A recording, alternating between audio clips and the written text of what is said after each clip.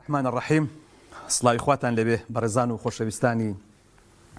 کەناڵی ئاسمانی پێیان ئەم کاتتان باش. بەحەقەت یعنی مەسەلەی موچە بابەتێکە کە ئەوەندەی قسەی لەسەر بکەی هێشتا هەرکەمە. لەم هەموو داهاتە زۆرەی لەم هەموو چۆن دەڵێ خێروبەری لەم وڵاتەیە بەداخەوە 3 مانگ لە ساڵی 2023 پەڕیەوە خوا دەزانێت زار لە 24 دەماندنێ نایدەن پاشەکەوت دەکرێ چی بەسەر دێ. بەحەقەت یعنی ئەمە کە باز لە موچە دەکەین گرفتێکی بەڕاستی زۆری دروست کردووە ناو کۆمەڵگا. گرفتی هەموو موچە خۆرانە، گرفتی هەموو خەڵکی کوردستانە. بۆیە باس و بابەتەکەمان لەسەر ئەوەیە کە ئاخۆ چێ بەرپرسە لە فەوتانی موچەی 3 مانگی فەرمانبەرانی هەرێمی کوردستان. ئەگەر تۆزێک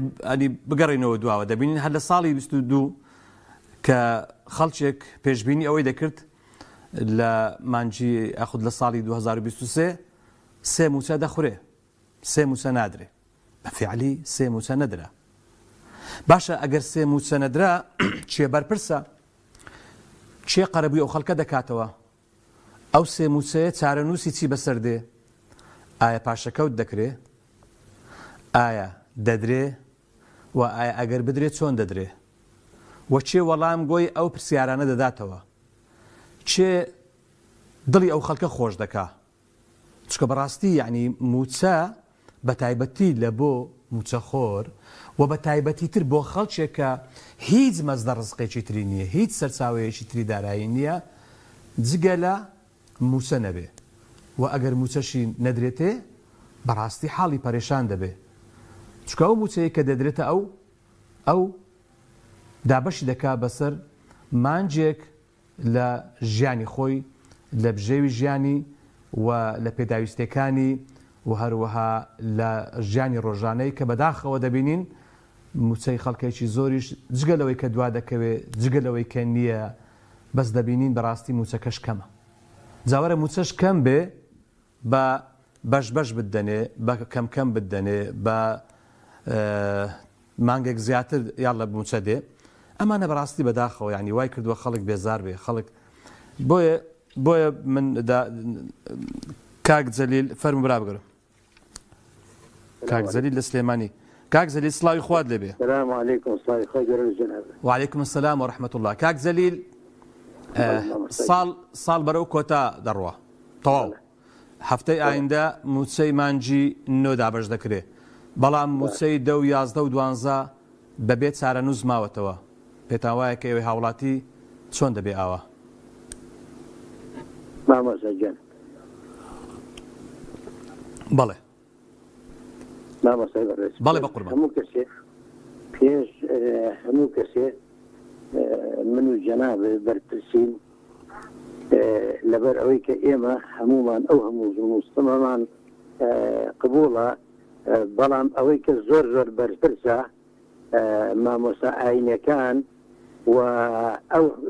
سەرکردە حیزبانەی کە لە دەروی بنەماڵی تاالبانی بەرزانین لەبەر ئەوەی کە ئێمە لە 46ەوە دەستی ئەم میلەتە ئەبرن بە ناوی شۆڕش و کوردایەتی و ئەوان داگیرکردن و ئێمە ڕزگارکەرین و ئەوان دیکتاتۆرن و ئێمە دیموکراسین. بڕە سەیری ئاستی قوربەسەری و ماڵوێرانی و نەحامەتی ئەم میلەتەکە بزانە لە چ ئاستێکایە. لەبەر ئەوە پێش هەموو کەسێ من و تۆی کە ئیسا من لەگەڵ بەڕێز قساکەم هەر هەمومان گوناحبارین کە بێدەنگین کە ترسنۆشین کە چۆکماندایەوە بۆ 4-5 شەلاتی کە بەردی سارد و گەرمیان نەدیوە، نە لە ڕووی ئینسانەتیەوە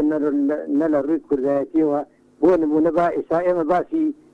ئەم سەیرە ئەم سەفەرەی نێچیران بەرزانی و مەسروری کوڕی مامی بکەین کە سەفەریان کە نازانم بۆ قەتەر بوو بەحرین بە 2 تارەی خاصی خۆیان. جانە ئەمە کورفەکەی چەند بۆ ئەمەیەک دووەم وەزیرێکی ئێکسپایری بەریتانیا لەگەڵ کۆمەڵە چەکلوپەکەی کە هاتن بۆ لای مەسرور بەرزانی وەکو باسەکەن ئەڵێ ئەم سەفەرەی ئەم کابرا ئێکسپایرە 600 دەفتەری پێشوە. باشە مامۆستای ئاینی ئێوە لە شوێن باشە دادوەرە خۆفرۆشەکان ئەی ئەوانەی کە ئێوە قورئان تا خواردووە کە خزمەتکار بن عادل بن هەر کەسێ لە هەر شوێنەکە قەدری لێ بکرێ ئێوە دیفاعی لێ بکەن و داکۆشی لێ بکەن باشە سەرکردێ حیزبەکان ئەوانەی کە لە دەرەوەی بنەماڵی بەرزانی تاڵەبانی ئێوە لە شوێن بە خاتی خوا باشە خۆ ئەم میلەتە کاکە ئەوەی کە شانازی پێوە کرد قیم و ئەخلاق و مرۆڤایەتی و دین بوو ئەمانە چۆکیان بە هەر هەمومان داوە سەرشۆڕیان کردوین زەلیلیان کردوین بێ حرمەتیان کردوین بێ ئەدەبیان کردوین باشە بۆ ئێمە بەدەست شەش سەلاتی سیان لەم لاو سیان لەولا بۆچی ئاوا ئەم هەموو زڵمە قبوڵەکەین ئەگەر ئێمە ترسنۆک نین وەڵڵی لە کورد ترسنۆک کرد لەسەر ئەم کوڕی ئەرزا دروست نەبووە کە ئێمە بەدەست شەش سەلاتی و گیرمان خواردووە بێدەنگین هەموو شتێکمان قبوڵە حەل چییە؟ حەلەکە ئەوەیە دەنگێکی یەکگرتوو تەبایی و چۆنەڵێ یەکلایەنە خۆمان یەکلا بکەینەوە بەڕاستی زۆر شەرمان میلەتێک کە لە 46ەوە بە ناوی کوردایەتیەوە خوێن ئەبەخشێ و ڕۆڵە ئەبەخشێ و خاک ئەبەخشێ ئیستا چۆکی دایەوە ئەو پەڕی سەرشۆڕی و ئەو پەڕی زەلیلیمان قبول کردووە حەلەکە ئەوەیە یعنی بەڕاستی یعنی لە کوردستانە بەلایانی کەمەوە 10,000 مامۆستا ئاینی هەیە لە هیچ شوێنەکە من نەمدی جارێک لە شوێنەکە 100 مامۆستا ئاینی لە بەرامبەر ئەم زاڵمانە کۆبنەوە بەڵام کە پێم سەیرە ئێشێکی وەکو قوبا تاڵەبانی یا بافڵ تاڵەبانی یا نێچیروان بەرزانی یا مەسعود بەرزانی ئارەزوی لێبێ بە چەقەنەیەک لە شوێنێکە لە قاعەیەکە 1000 مامۆستا ئاینی کۆکاتەوە خۆشەکەی نەکبەتەکەی لەوە لەباتی ئەوان لە دواوە بڕۆن کەسی مامۆستاکان لە دوای ئەوانەوە ئەڕۆن ئەوان پێشیانەکەون یا کاسنە قاعەکانەوە ئەوان لەبەری هەڵەسن یعنی ئەمە تاوانێکی گەورەیە ئێمە ئاوا لە ئاستی ئەو هەموو زڵمستەمەی کە لە میلەتاکرێ بەڕاستی زۆر بێغیرەتین مامۆستای بەڕێزبیکە بە خاتری خوا ئیتر ئێمە ئەم میلەتە گەیشتە بینە قاقای مامۆستای قوتابخانە شیای ڕووناچی هەر میلەتێک کە وای لێ هاو مامۆستای قوتابخانە تادای لێ بکرێ ئیتر معنای ئەو میلەتە بۆ ئەوە باشە هەر هەمومان بەڕاستی هەر خوا لەوە خراپتر و لەوە ڕسواتر مەگە قوربانیان یعنی بۆ بچی ئێمە بێدەنگین لە ئاسی ئەمە والله ئەوەنە ترسنۆکین ئەوەنە بێغیرەتین ئەوەنە جەبانین یعنی بەڕاستی بێتامان کردووە کورە بە خاتری خوات مامۆستا ئاینی کورە سەرکردە حیزبەکان کاکە مامۆستا عەلی باسویر و سەلاحەدین بەهادیر و حەمەی حاجی مەحموود کە لە هەموو شوێنەکە دەرەکەوێ عەرزی عەزەڵاتی خۆیەکە یعنی معقولە ئەم هەموو سەرکردە و فەرماندە و پێشمەرگە قارەمان نابوو ئێستا معقولە بەدەست شەش سەلاتی گیر خوێن و ئاوا تعداد میلەتە بکەن یعنی ئێستا سەیریکە ئەڵێ وەڵا حکومەتی عێراقی قەدر لێماکە کاکە تۆ خاکێ فرۆش تەسلیم بێتەوە کەرکووکێ فرۆش تەسلیم بێتەوە نەوتێ فرۆش فەشە لێ هێنا باشە دەوڵەتی کوردی ڕاگەیان فەشە لێ هێنا ئابووری سەر بەخۆت ڕاگەیان فەشە لێ هێنا ئێستا ئەڵێ وەڵا حکومەتی عێراقی تعدا لە منەکە وەڵا من لە باسی حکومەتی عێراقی بەس حکومەتی عێراقی لەما خێریترە ئەوە ئەم وەفدانەی کاسین بۆ حکومەتی عێراقی سەگ بنێ بەوانەوە شار بەدەریان کا بڵێ کاکە ئێوە ئێمەتان تەلاقەوە وەختی خۆی ئێستا داوای چیمان لێکەن مافیەوە لا ئێمە نییە بڕۆ سەری سەروەتی کوڕەکانی بنەماڵی بەرزانی تاڵەبانی کە بڕۆ سەری کوڕی کوڕەکانیان کە بزانە لە چاسێکان کوڕی نێچیروان بەرزانی ئێستا لایی نەڕوێ بەرزانی ئەوانیش کاک جەلیل عراقش ئەوەندە خاوێن نییە بۆیە ئەویش ناتوانێت ئاوا بەونەوە کە جەناب بەڵێ حەقەکەی ئەویش لەمان پیسترە مامۆستاجان هەمویان بە یەکتر شارەزان کە هەمویان بە عیبی یەک شارەزان بۆیە ئەگەر ئەوانیش پۆخڵەواتیان هەیە بەڵێ هەردووچان بەدەبی کابراوەتی کوڕی یەک دایکە ڕێزمێ بە حرامی بەداخەوە دەستەکانت خۆش ڕجال لەکەم با ئیتر ئێمەوە با لەبەر ڕسوات وەڵڵا با یەک بین با برابین با دۆست بین با هاوکار بین با بەیەکەوە بین سۆڕ و زەلیل بین هەتا ئاوا ترسنۆک بین کاکە لە دینی خی گەورە مسلمانی ئەسڵان خی گەورە مسلمانی ترسنۆکی خۆش ناوێ بۆ ئێمە یعنی ئاوا سەر شۆڕ بین و ئاوا شۆکمان دابێ لە ئاسی باغیرەت تاکەین با بە خۆمان ئەفشینەوە والله هەتا ئێمە ئاوا سەر شۆڕ بین خی گەورەشەوە سەر شۆڕترمانەکە خی گەورە نێژە عیبادەت لە کەسمان قبول ناکە بەڕاستی یعنی دەستەکانت خۆش کاک جەلیل کاتم پێدای دەستەکانت خۆش زۆر سپاس هیوادارم کە بەڕاستی ینی چۆن دەڵێ بەخەبەر بین لە خەوی غەفڵەت بەخەبەر بین لە داواکردنی مافەکانی خۆمان و مافیش بەڕاستی بە بۆڵەبۆڵ نابێ مافیش بەڕاستی هەر بە بێدەنجی ناسەندرێ مافیش بەڕاستی شتێک نییە دیارەک بیبێن پێ ببەخشن بۆیە بە حقیقت یعنی ڕاستە بێدەنجی زوڵم دروست دەکا تۆ هەر دەسەڵاتدارێک ئەگەر کەسێک پێی نەڵێ من ئەینە لەکە هذا ئەوە دەچوێ هێنا بەڕاستی دەسەڵاتیش یعنی گوێ نادا بە خەڵک جا دەسەڵات ئەگەر بە هەر شێوەیەک خەڵکێکی بەداخەوە کڕی بێ و خەڵکێکی تۆقاند بێ و خەڵکێکی بە هەر جۆرە لە جۆرەکان ڕازی کرد بێ ئەمە بابەتێکە بەڵام بەگشتی بەداخەوە فعلەن وەکو ئەم بەڕێزەش ئاماژەی پێ کرد بێدەنجی وای کردووە کە ئێستاکە ساڵێک تێپەڕێ سێ موچەنە درێ ساڵێک بەڵێ کاک هەنگاوجیان فەرموو. السلام عليكم كاع. وعليكم السلام ورحمة الله وبركاته. سلااو ڕێز لە زیاتی هەمووان بۆ بەڕێزت بە قوربان. کاک هەنگاوجیان موسەی سێ مانگ تا ئێستا هیچ چارەنووسی دیار نییە ئەوە هیچ کە نەدراتەواو بەڵام چارەنووسیشی دیار نییە ئاخۆچی بەسەر دێ چێ بەرپرسە لێ بەڵێ ئەو سێش وەکو ساڵەکانی سێر فەوتا بڵێ ئەم دەسەڵاتەی هەرێم لێ بەرپرسە با نەڵێ عێراق وڵامیوی نییە لەبەرەوەی ئەسیدا هاتی ئەلێرانە ڕۆژانە ملوێنێک بار هەوتر بەتانکەر و بە بار هەوترەکان دەستورەکان دێن و ئەسکێن داهاتی ناوخۆتەیە ئەو داهاتەی سنێکەی داواش لە عێراقەکەی موسەکەی بدات عێراق وڵامیوی نییە خەڵکی نەفامیش دێ بەرپرسە خەڵکی نەفام لەبەرەوەی خەڵکی نەفام نابی دەنجە بداتە ئەم دەسەڵاتەی کە لەبەرەوەی جیاوازی هەیە ئەم داهاتەی بۆ خۆیان ئەبەن نادەنە خەڵکی. بەڵێ دەستەکان خۆش کاک هەنگاو زۆر سپاس بە قوربان زۆر سپاس دەسمە پیرەمەگرون کاک بابی کارزانی فەرموو بە قوربان. السلام عليكم. وعليكم السلام ورحمة الله. بەڕێزێکم لەگەڵ بوو کاک جەلیل وتی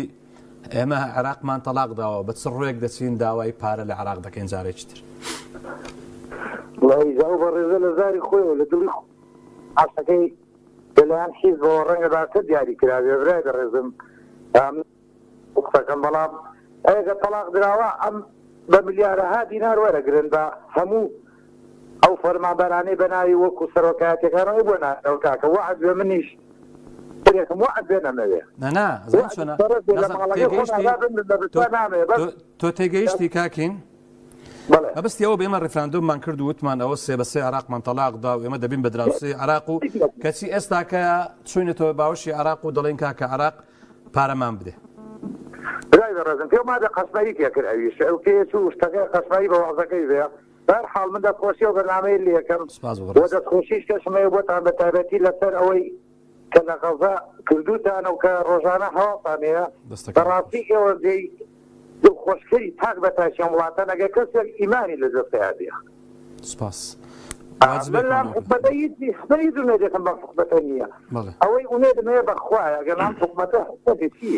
برای بەڕێزم ئەمانە خۆیان تێر و خەڵکی بەستیە وەڵا گاڵتەمان پێ یەکەن بیللا گاڵتەمان پێ یەکەن ئێمە تێ ناگەین ئەوان دەمێکە گاڵتە بێماکەن بەس ئێمە تێ ناگەین بەداخەوە ئەرێ وەڵا بەڵام سەبارەت بۆی غەزە دەستان خۆش بێ بەڕاستی جێی دەستخۆشین کە هاوکاریتان گەیان کە ڕۆژانە هەواڵتانەیە هیوادارم جوانتەیشی کەنەوە هەواڵەکانتان لەسەر وێ بێ من خۆم زۆر مرا سپاس کاک بابی کارزان زۆر سپاس بە قوربان دێمە هەولێر کاک پۆڵەسلاوی خوا دەبێم کاتت باش. سڵاوی خوا لە برای بەڕێز لە بینەرەکان لە کارمەندەکان کاگەنوەر سپاس بە قوربان دەستەکانت خۆش بێ. خۆزگە باسی سێمانگەکانی داهاتوو بکەی کاگەنوەر. وەڵاهی ئەجا ئاخر خۆی تۆ ئەو کاتە کە پەیوەندیت کردووە قسە لەسەر سێ مانگی خوراو دەکەی حتمما قسەش هەیە لەسەر سێ مانگی داهاتوو یاخود مانگەکانی داهاتوو بە دڵنیاییەوە کاکەنوەر هەولێری خۆمان گوتنی هەولێری خۆمان ئەو سێ مانگەمان فت لۆلۆ ماوە ئەو سێ مانگەمان فت سێ مانگی تریش باوەڕ بکە ئەو پیلانەی کە لە بەغدا دانراوە بەڵێ ئەو پیلانەی لە بەغدا دانراوە بەلایەنی کەم تا پاس هەڵبژاردنی هیچ ئاماژەیەک نییە بۆ ناردنی پارەی تر مانجی یەک دوو سێ لەوانەیە مانجی تا شتێکی تر بنێرن ئەگەر فشار هەبێ بەڵام پرسیارەکە لێرە ئەوەیە هەموو خەیاڵدانیان پڕ کردووە گوایە پەرلەمانی عێراق هەمواری یاسای بوتە دەکا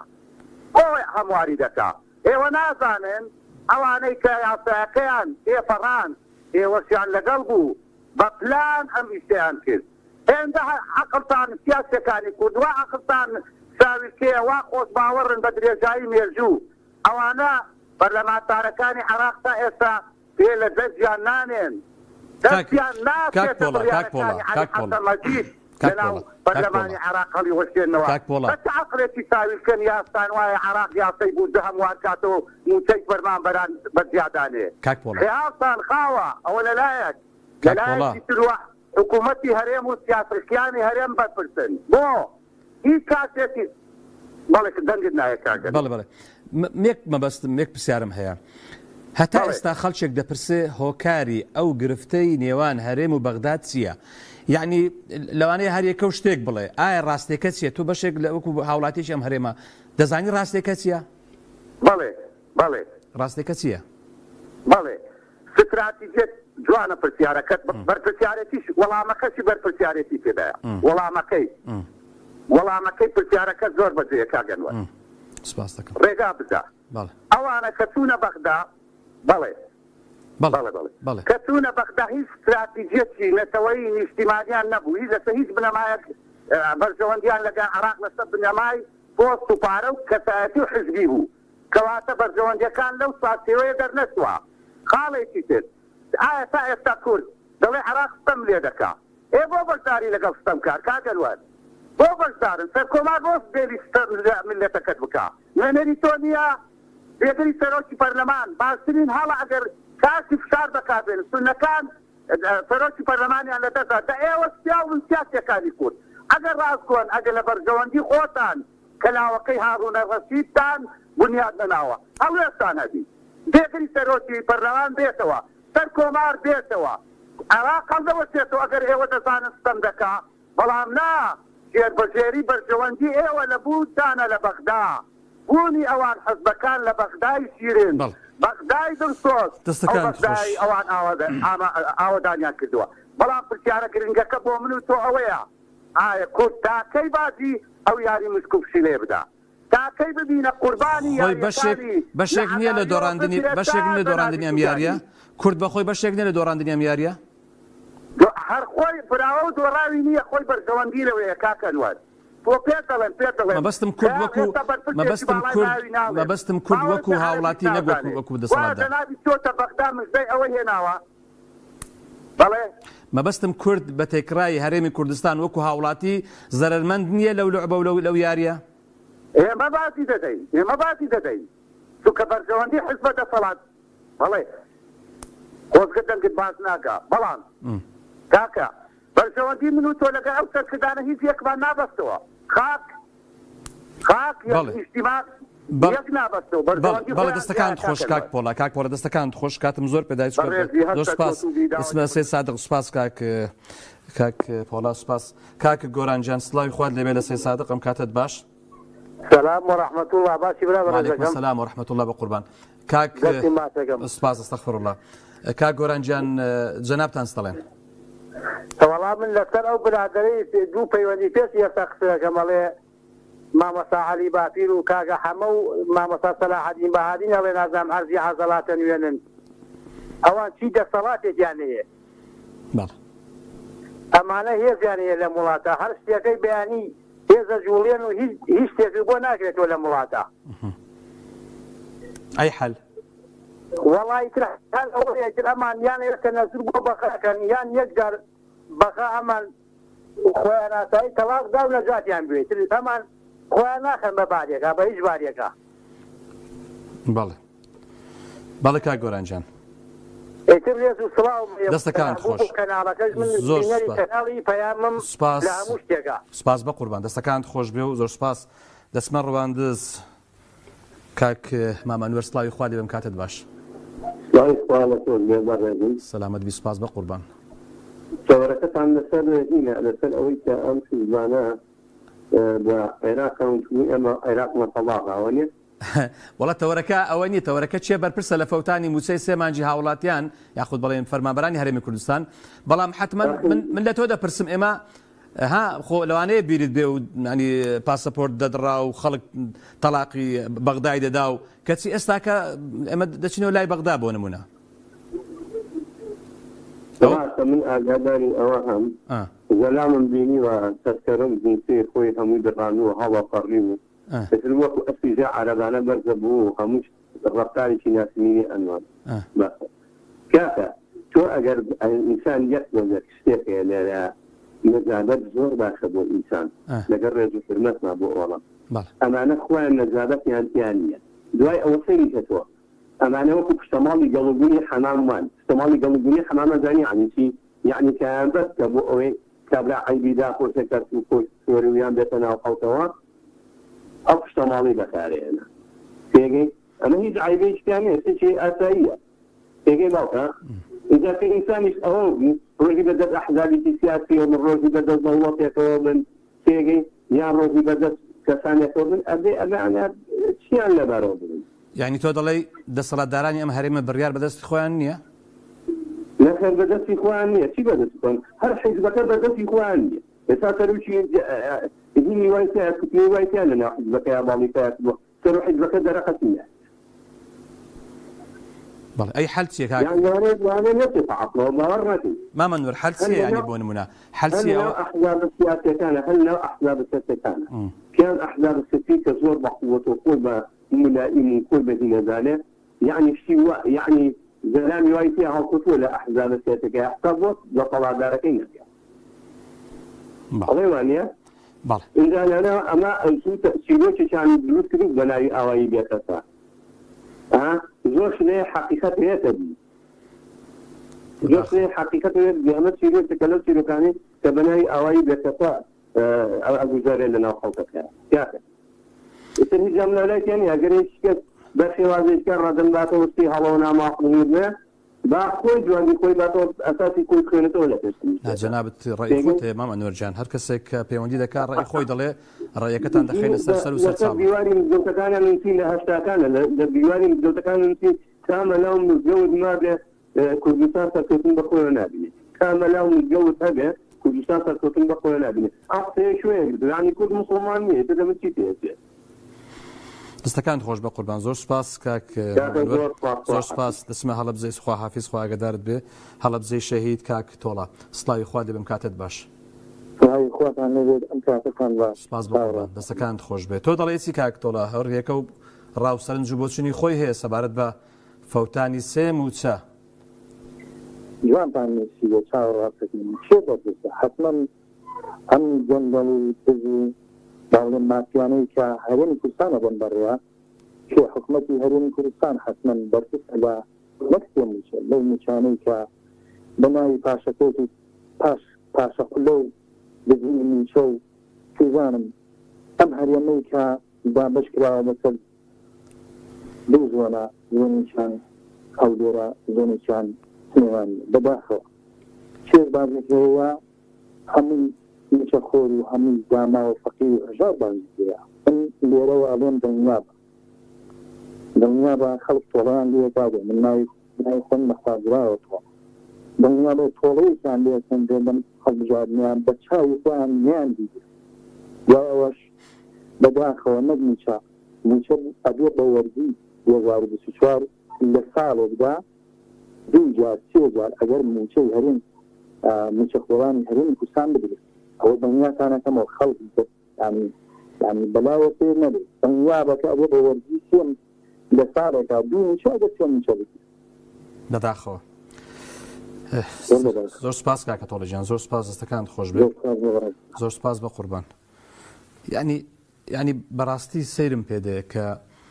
دەسەڵاتێک کار بکە لەسەر بێئومێدکردنی خەڵک دەسەڵاتێک کار بکە لەسەر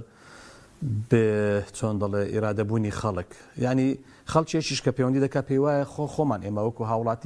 هاوڵاتیانی ئەم هەرێمە بەڕاستی چۆن دەڵێ خەتایان هەیە لەو بابەتەوە کە بێدەنگن کە بێ هەڵوێستن کە دەنگ ناکەن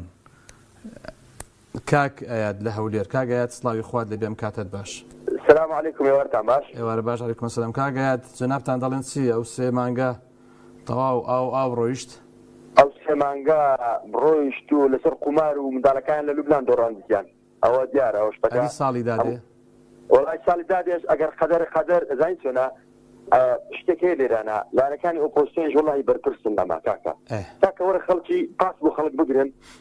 بچن لە دەواازەکانی حاجی ومەران و ئێران ئەوان نیانێش بچێنای سوودانی خەڵک بچێت لای سوودانی دا حق ماش خۆی بکات با بچن لای ئەوردوغان بچن لای ئاغاکانیان کاکە دەبێ ئەمانە دەست کرێت بچن لای ئاغاکانیان بچە ئێران و بچنە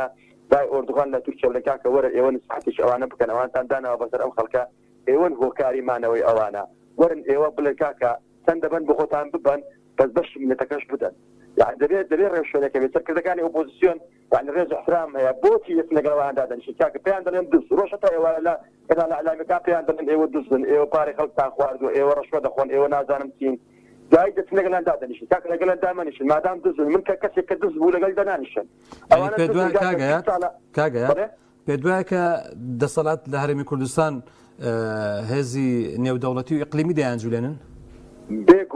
بێگومان ئەو وڵاتان ئیقلیمیانە نەبن ڕۆڵی تورکیا و ئێران نەبێ ئەمانە لێرانە بۆ یەک سەعات تریش خۆیان ڕناگرن ئەمە هەم خەڵک باش بزانێت بە ئۆپۆزیسیۆنەکانیش هەمویان کەسێکەیە لە پشتیان دەستی لە پشتیاندا بەڵام خەڵکێکەیە من ئێستا وەکو خۆم لە 2014ەوە ئەم گۆرانیەکەی لە هەشتاکان وتراوە دەڵێت چیم لەلایە بۆم بێنەوە چیم لەلایە تەدبیر بەرەوە من ئەوانەکە تەدبیر دەکەم هەتا یەک دیار لەلایەن بێ 150 نادەمە نەپارەی ئاو نەپارەی کارەبا بابێن وەختی کە مستەقاعد بووم ئەو کاتا پێکەوە دادەنیشین زۆر سوودانی دەڵێن مقاسە دەکەین بابێ ئەو کەمیش تەقاعد لەگەڵا مقاسە دەکەم چەندم لەلایەنە 20 موسەی تەواوم لەلایەنە ئێستا 3 موسەی تریش 32 پاشەکەوتم لەلایەنە هەمویان کۆ دەکەمەوە چەند پارەی ئاو و کارەبا و هاتوچۆم لەلایە بابێ لەگەڵ مقاسە بکەن ئەو کاتە من لەگەڵا مقاسە دەکەم یەک دیناریان نادەێت لە 2014ەوە لە یەکەم ڕۆژەوە ئەوانە کە موسیان بڕیوە یەک دینارم نەداوە نەپارەی ئاو نەپارەی کارەبا هیچم نەداوە تقاعدش بوم دەست لەگەڵان دادەنیشم محکەمە دادگای کارگەری هەیە لەگەڵان دادەنیشم لە دادگای کارگەریش کاڵایەک تۆمار دەکەم دەڵێم کاکە بابێن لەگەڵ مقاسەی بکەن چیم لەلایە بیبنەوە چیان لەلایە بمدەنەوە دەستەکان خۆشاگە زۆر سپاس بە قوربان ئەوەی کە بەڕاستی خەڵک پەیوەندی دەکا و قسە دەکا و ڕاو سەرنجی خۆی دەردەبڕێ هەم گلەی لە دەسەڵات لە بێباچی دەسەڵات و هەمیش لە بێدەنجی هاوڵاتیانی هەرێمی کوردستان و هەروەها کاریگەری هێزە نێودەوڵەتی و ئەقلیمیەکان لەسەر دەسەڵاتی هەرێمی کوردستان کە ئەمان چۆن دەڵێت دەیانجولێنن و ئەمان ئاراستەیان دەکەن بەڵێ کاک ڕێبوار لە سلێمانی السلام عليكم. عليكم السلام ورحمة الله وبركاته. خوشی تورخت لیکم. سپاس کاک ڕێبوار جان. کاک ڕێبوار جنابتان دەڵێن چی؟ لەسەر تورخت جنابتان چیە بەرپرسە؟ وا لەسەر ماڵێ. جان. چیە بەرپرسە لە نەدانی سێ مانگی نووسەوانیە؟ بەڵێ. ماشا. وەڵاهی بەڕای من ئێمە خۆمان میلەتی کورد دەپرسین. واز لە حکومەت و گەندەڵکاری و ئەمانە دێنین. ئەزەی چۆنە برای بەڕێزەکەم ئێمە هەمومان لەناو لەخوا بەزیادە ئومەتێکی مسلمانین دەست بە نوێژ و ڕوو لە مزگەوتین زۆرینە مسلمانین ئەگە خۆمان بەرپرس نەبین چێ بەرپرس بێ لەبەر چی ئێمە کە مسلمانین دوای چێ کەوتن دوای کەسێکی عادل و مسلمان و لەخوا ترس کەوتن یان دوای کەسانێکی لا دين والله خوا كاك ريبوار خوا دفرمي يا أيها الذين آمنوا اتقوا الله وكونوا مع الصادقين وقتا تقوى إخوا بكانوا لقل رازقوين بن آية بابزاني فعلا إما لقل كساني رازقوين نعم أدرين شونا بلا رازقوين إما غلط خير أخوة معنا ومسلمان كساني رازقوين مانينا وكسر حكم حاكمي وعطنا بوكا حاكم مع بلا الله ده أو كسر رازقوين أنا ما هلا بشعتون أجي إما كسي أساسه ولا أوله كسي رازقو تندارو لأخواترسو يعني كسي شوا ما هو شاته أو كسا حكم بها كتابقي خواكر كقرآن يعني كحكم بكتابقي خواكر يعني ظلم وزورداري سيتو صانعون نامينه يما نقلتك اللي يما ويكاكا يما تواجه شكوتي يعني يما راحت تاكي تيمدات هالمصمالي لما لي خوي بيد لخوي كاتو بس عندك شيء سين بع الله كأم كاتي كيساك سيتياكم هموما تاوانباري سريشين والله بنجي شهادة بوظالم يقدابي والله دسر الكي طول النيوشا كتحياتك ودي بنجي شهادة بردك دو شهادية دي كالله اخواته في غمر صلى الله عليه وسلم في الشواو في غمري سوية يعني أم بنجي شهادة كبونا عدالتك دي بمسلمانك دي تو تاوانباري يعني تو الشهادية دي كأما حقا أكوا حقي دەستەکانت خۆش يعني خۆمانە دەستەکانت خۆش بە قوربان زۆر سپاس دەکەم بەڕێزجان زۆر سپاس دەسمە کەرکووک کاک باوکی کارزان سڵاوی خوارد لێ بێم کاتت باش کاتێک تۆش باش سڵاو کاک باوکی کارزان ناو کەرکووک یان لە دەرەوەی لە ناو کەرکووکم دەنگ و باسی هەڵبژاردن و ئەو بانگەشە و بینەوە بەردە چۆنە وڵای تر فەرتەنەیە خۆت نازانی خۆشی بەرنامەکە سپاسان دەکەم تەوەرەکە تەورێکی جوانە بەزڵام مامۆستا سوالێ لە بەڕێستانەکەم بەڵێ گیان ئەمە لە 2014ەوە یاری بە عەقڵ و شوعری ئەم خەڵکاکرێت پاشە ئەم حزبانە لە حزبێکی بچووکە تا ئەگەر گەورەترین دەسەڵاتدار کە بنەماڵی بارزانیە نامانێت تەشیر بەناوی هیچ کەسێکەوە شکەین بەڵێ ئەم حزبانە ئەگەر یەکێتیە و ئەگەر گۆڕانە و ئەگەر کۆمەڵە و ئەگەر یەکگرتووە و ئەگەر زەحمەت کێشانە و شوعیە نازانم چی و چیە بۆ بەشدارە لەم حکومەتە یعنی هەموویان نات ئیسا من دزم بۆ خەڵکە بێ بەسەریشی من دزم کاکە بۆ منە دزم بۆ ئەو خەڵکا بێ بەسەریشی من کورە بەسە کاکە وەڵڵی خەڵک بێزار بوورێتان وەڵڵی خەڵک لە هەمووی بێزارە چی بکرێت کاک باوکی کارزانجان ڕایەکان لەسەر سەر و سەرچاو یان تۆکو هاوڵاتێک چی بکرێ بۆ نمونە وەڵڵی چی بکرێ یەک ڕێگا چارە هەیە چییە هەوتمان ئابووری سەر بەخۆم ئابووری سەر بەخۆمان فەشەری هێنا ئێستا چیمانەیە بەغدا وەرە پێشەوە با ئێمە بەڕخسەدێکشندا پێشەوە دچنە سەر مۆزوعش ئێمە ئەم وەفدانێت لە بەغدا ئایا عەرەبی ئەزانن وەڵڵاهی باوەڕ ناکەم خەڵەسی لە چی پێشەکان هەیە لە مامۆستا لە پێشمەرگا لە فەڕاز لە کەناز لە خزمەتگوزار نازام لە شیر هەر چی هەیە لە دایری حکومەت ئەچێ بەردەم سوودانی کاکە ئێمە هەوڵەتێکی عێراقییان عێراقیین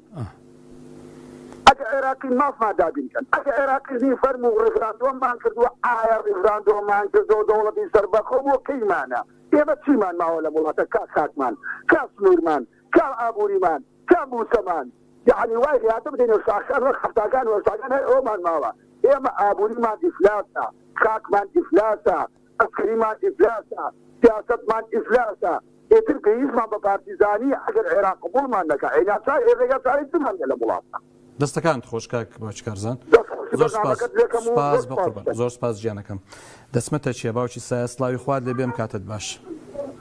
السلام عليكم. عليكم السلام. لكام تشي لتشي جباري لتشي كاكمندي؟ دربن. تشي؟ تشي دربن. تشي دربن. دربن دي سلاوي خواد لبي. أو شويني كشيخ محمود يعني لو شري ذكرت؟ بلى. كواتا الشيخ بلى. كواتا الشيخ محمود ياخذ أوانيك لبيش الشيخ محمود بون همو هولي عنده بحساب كرد رزقار بي بلام كرد رزقار بو استاكا بۆ خواکەم نەزان کوڕی نەزان بۆ شێ محموود بۆ ئەگەر نەزان نەبووە بەحسی کوردایەتی ناکرد ئەگەر بیزانی بە وای لێ دێ ئەگەر بیزانی وای دێ کوردایەتی لەکوێ ئەکرد بۆ وا تووڕێی بۆ باش توخوا کوردایەتی وەڵاهی کەس یعنی ئەم ژیرە بڕوە ئەم وەزعەتێک بچێ ئەم هەرێمە نەمێنێ هەتاوەکو 120 ساڵی تر ژیرێتر دروستە بێتەوە ئەم جاگە خەڵک باسی کوردایەتیکە لەبەرەوەی بێزار بوون لە خۆشمان بێزار بوون لە کوردیش یعنی زیندان سیاسی بوومە 32 ساڵ پێشمەرگایەتیم کردووە بەخوا لەعنەتەکەم لەو کەسانەی کە پێشمەرگایەتیان کردووە کە دروستیان کرد بەداخەوە کەوایان سەری بەرنامەکەی خۆت بەڵێ گیان بابەجیان یەکەم علی باپیر دووەم مامۆستا سەلاحەدی بەهادی سێیەم با بەناوەکانە دێمە خوارەوە هەمەی حاجی مەحموود ئەو جا یەکێتی ئەو جا گۆڕان باسی پارتی ناکەم لەبەرەوەی پارتی لێ بۆتەوە یعنی هەر لە شەوتانەوەی خەڵک بووە ئەو لە برسیکردنی خەڵک بووە نازان بەرنامە ئێستا حەل چیە کاک ئێستا کاگەنوت لەم کوردستانەیە چەند حیزبمان هەیە کەوا باسی پێشکەسێکم کردوە نیە کەسی سیقەی بە کەسی نییە ئێوە بەرامبەر یەکگرتو قسەیەکی باش بۆ ئەوان ناکەن ئەوە قسێ باش بۆ تۆ ناکەن یەکێتی بۆ قسێ باش بۆ ئێوە باشە کاک باوکی سایە برا ئێستا لەگەڵ یەکگرتو ئێمەوە لە کەرکووکە بە یەک لیست دابەزیوین و خوانەخواستە ئینشەڵا ئێستا یەکتری نەگرنەوە کە لاخۆی ئێوە لەسەر بەرنامە قورئانەکەن بقرباني وخوانم كناوي خوانم بمان هر يكو قراني بحزبك قيناك اما يك خوامان هي يك قرآنمان هي بەڵام وەکو دوو برا لە ماڵێک هەرێکە و ڕێیەکی جیاوازی لەسەر بەڕێوەبردننی کاروبار هەیە ئەگەرنامە ئیشکالمان لەسەر تەواوەتی ئیسلام نییە کاک سایجێ گیانی من جارەکەی زەب قسەیە گوتم کاک برا گەورەی کوردستان خەت قسەی ڕاستم لێ نەبیست و ئەو لە قسەی ڕاستم دەبیست وتی ئەم حیزبە ئیسلامیانە مادام حیزبێک و دوانوسیان و چوار و پێنجن هەمویان هەر حیزبن ڕاست ناکەن وەک ئێمەوان حزب خۆ زين شلون كاك باوشسا خو كمال ويقرتو إنكاري أو ناكن كحزب بلام آية أو خو شيء حزب بداخل والناشرين كراوا أجينا خو حزب دبي استراتيجيتي هبي أمانجي هبي أهدافي هبي آية أو حزباني كبراستي خلق ده سو سنة ولا قال أو كا يعني هاتي بي بكري بو باش جزراني خلق ده جوازن براستي السلام إخوان ليدي السلام إخوان برزت برا جوركم حزب وقت خوي سالي أشادو شون بدم بفياش مرجع شون بخواي مرتو شون بولا ما هو عبد الله برايس رحم لقال ابو لو انا جيده دي شون دي اجل شباري دي سوت كراش دوش نكاي فاطمه وتي فاطم يذكرون شابوك سعاد يا زعها انا ابو وتي بو شجرت ما هو مو تسمع شجره وتي ورا كورن بابا تسمع شجره بعد بما كنت بابا جا حزب يعني جروت مامو وتي حزب عوق او جارجالو خيوايا حتى أدخل لقطة كخواتي كواو جاءت بحث الناقة جاء حزب هوا من الأرشي يكسال سال زندان سياسي كسيم ناله أنا توكري شوي حاشا لتو دستكان تخوش بك باوش سايا حزب هوا دستكان تخوش سپاس سلاو بقربان دستكان تخوش بي زور سپاس جانكم كاك گوران سلاوي خوادي بمكاتت باش كاك گوران اگه دنج تلفزيونكت كسكي سپاس دكم راكم الو سلاو السلام عليكم جانسوني باشي بقول عليكم السلام حوالتان باشا باشي سباسكم ما مساجان ديارة هلام بيقول بينا وكبش درم كاو زاري كتلفون بوكدي باش ما مساجان بالي كاك بش درجان باش بقربان بمصفاتكم والله ما مساجان بخد لحظة عالكي من دزاني من داوا كاريكم يك محاشم هبو محاشي تاو ديري خزانم هبو تقريبا يا صالة أو تاجر خزانة براوة مداولة شوفتان خاني كم يعني دستي يعني تامي شي بقاته دستي يعني حتوني شي بي أو معاشم بوتا كاك بجدر بله أوي تاودري خزان ياخذ لبر أويك وكو هجارك وكو مال هجارك يعني وكو كم أندامك بله وكو بلين مال هجارك كبو خوش أنا قادم بخم بشم سقطه بخم بەڵگەی تەندروستی دە بابەتانت هەیە؟ والله هەویەم هەیە مامەستا بڵین هەوی ئەوەم هەیە کە کاتی خۆی بڵین لوش نەهات بۆ ماڵەکەم بەڵێ لوش نەهات بۆ ماڵەکەم کە بۆیان کردم من پشتم سەقەتە بڵین 100% کە ئێستاش حەوەی لازم هەن والله ئێستا نازانم مامەستا کێ خامی چۆم دەم شوێن بەخوای گەورە ئەوەتانی سۆ بە حاستەمی نەوە تێدا والله قەترەی نەوە تێم نییە والله ئێوارە بەخێرا خۆ یعنی دۆستێکی گچوەکان دام لە برادەرێکم خەستم بخوای مامەستان نەخوارنێکی بخۆم هەیە هیچ بەڕێوەبەرایەتێکی وەزارەتی کاروباری کۆمەڵایەتی هەیە لە ڕانیە؟ بەڵێ هەیە من ناویشم هەیە هەویەم هەیە چاودێری خێزان دە باشە بەیانی بڕۆوێ لێوێ تەلەفۆنێکم بۆ بکە باشە بە قوربانم مامەستا خێر دەگاتێ وەڵای هیچ وەحزی ژیانم نییە بڕۆ لەوێ بەیانی تەلەفۆنێکم بۆ بکە من قسەیان لەگەڵ دەکەم باشە بە قوربان بەس ئەگەر ژمارەکەی تۆم نازانم بەس ئەگەر ژمارەکەی من لەو برایانە وەگرە ژمارەکەی من لەو برایانە وەگرە کاکە تەلەفۆنەکەی دامنێنەوە ژمارەکەی منی بدەنێ ئاورەکەم لەلاتەوە یان ئەوە چەند جارم مامەستا تۆ داوا دەکەی وەزارەتی پلاندان وەزارەتی کار و کارەبەری کۆمەڵایەتی کێشەکە چارەسەر بکە جارێ لە شتێک تێگەڕێت مامەستا وەحزی ماڵم زۆر وێرانە چەند جاریشم داوا لە جەنابەت کرد ئینشاڵڵا بەسم کەسێکە بێ ماتۆڕێکی سێدەگەریم بۆ بکردین با بزانین پشتیوان بەخوای گەورە بەڵێ دەستەکانت خۆش کاک پشدەرجان دەستەکانت خۆش بە قوربان زۆر سوپاس کاک باوکی ئەحمەد سڵاوی خوارد دەبێ ئەم کاتت باش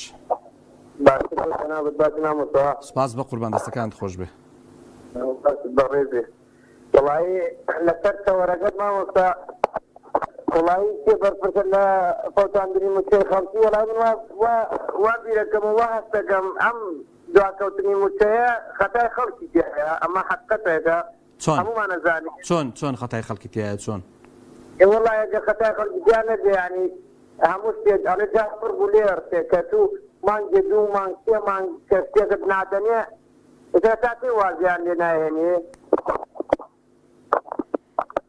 يعني وازيان اللي بيني ولا مالو داب نيشيان لدنگدانة طوليان اللي بكاتويان شون سيكا والله إلا دنگدانة طوليان اللي بكاتو من زور غنباري سنبو أم برادراني كوالا كردستان عزيان حقيقة أم حكومتي هريمة بو عراقش بو عراقش بدأت أم سيبارزية هريمة بو تسليم وبعد ذلك خلق داما وفقير كم درامد وبيد صلاة بعد ذلك كاك باوشي أحمد كباس لو دكي تو دلي أو إيك لكردستان درجي تو لا كركوك درجي وايا بله يعني إيه وجيان تاع الجياني خلشي يري خوشترا فتقات والله هزار خات خوشترو أمانتر زمانتريشا ورثة مالي وهي ناو كركوكا لهمو شارقان عراق نوغ لكركوكا مالي وانا سم سرب حزبه متشقسي منجاري شوار منجاري نازي يواشي شرطي محلي لناو كركوكا همو منجار بعد بقي وكو تيس ورثة بو مالو منالي وحموش تيجي جوان بس جواني سر جازات ويج مشكلة شينية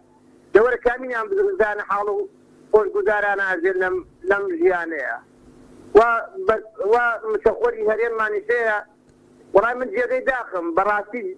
ظلم بوين شيكا هي راتب مانغانا جاي إجا خانو جاي سي نادري يعني هتاكو قيم أنا على سد صلاة بخوان دانا شتنا خوان هاي لا يبجن لا ولا تقانا خرجي بس مينتو داما وفقير لنا وكردستان بخوي دەستەکان خۆش تا و کاتەی مە بێدەنگ بین ئەوانش دەمێنن دەستەکان خۆش کاک وڵای بێدەنگەکەی وامت پێدەڵێن بێدەنگەکەی لای خەڵکیە لەوەرن لە انتخاباتە لە دەنگدانە وازیان نێبێنن بزانە لەجاتیانە بێ یان نابێ بەڵ دەستەکان خۆش باوکی ئەحمەد سوپاس بۆ بەڕێزت سوپاس بۆ قوربان سوپاس دەستەکان خۆش بێ سوپاس بۆ ئێوەی بەڕێز هاوڵاتیانی بەڕێز و خۆشەویست بە تایبەتی ئەوانەی کە پەیوەندیان کرد و قسەی خۆیان کرد ڕێی و بۆچوونەکانتان ڕێز لێگیراوە و هیوادارین بە حقیقەت یعنی ئەمە دوا ساڵ بێ بۆ ناخۆشی ئەم خەڵکە بۆ دواکەوتنی موچە بۆ نازانم بڵێم ئەو هەموو قەیرانێک کە هەیە ئینشاڵڵا دوا ساڵ دەبێ خواتان لەگەڵ